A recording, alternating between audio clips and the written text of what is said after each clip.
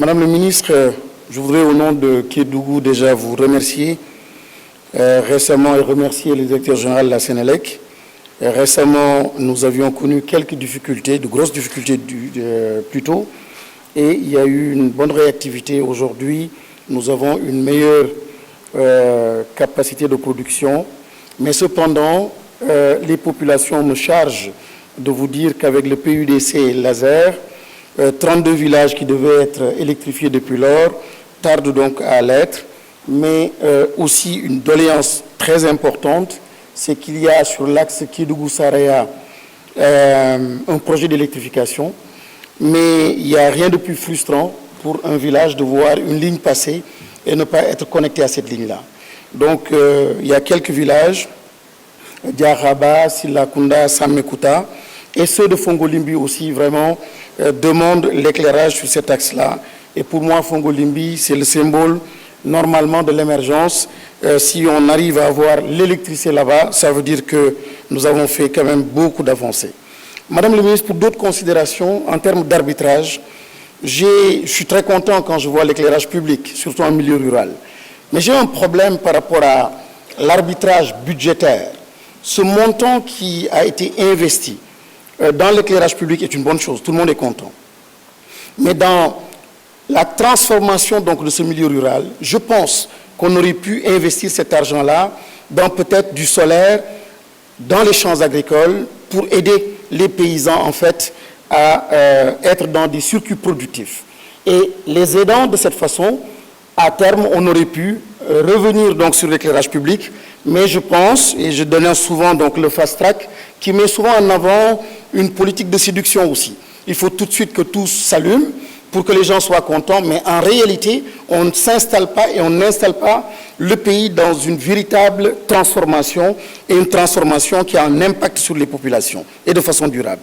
L'autre point, c'est votre prédécesseur qui disait que la première source d'énergie est l'économie d'énergie. 60% de nos recettes d'exportation se rapportent à l'achat d'hydrocarbures. Et c'est le bâtiment qui compte pour 50% environ, le transport et l'industrie moins de 15%. L'agriculture, donc encore beaucoup plus faible. Donc il y a une urgence en fait à mettre en avant une véritable politique de transition énergétique et de revoir notre mix énergétique. Je vous ai entendu dire il n'y a pas longtemps que le stockage du solaire reste difficile et compliqué. Mais il y a certaines applications ou certains secteurs où on n'a pas besoin de stocker cette énergie-là. Je pense par exemple à l'irrigation. L'irrigation se fait généralement le jour.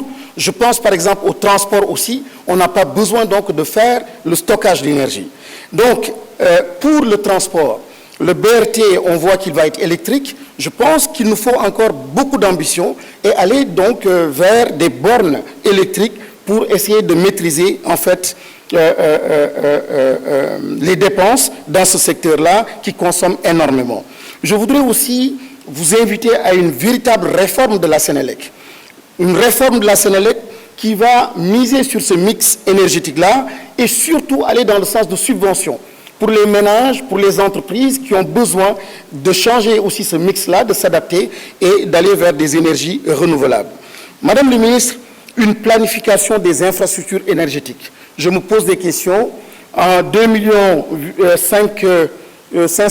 habitants, nous sommes passés aujourd'hui donc à 16 millions environ, et en 2035, nous serons 36 millions. Est-ce qu'aujourd'hui, il y a une planification rigoureuse de ces infrastructures énergétiques-là, et est-ce que nous allons être moins dépendants? Qu'est-ce qui est fait à ce niveau-là? J'attendrai donc vos réponses. Maintenant, pour la SAR. La capacité aujourd'hui est de 1 million de tonnes. Il y a des efforts pour aller vers 1,2 million et il semble qu'on veut arriver à 5 millions de tonnes par an. Mais pour la situation géographique de la SAR, ça peut poser un problème de sûreté, de sécurité.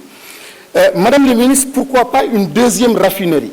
Et pour une question simplement d'équité territoriale, que ce soit au niveau donc de Fatick vers Differ, pour justement avoir une raffinerie aussi de dernière génération.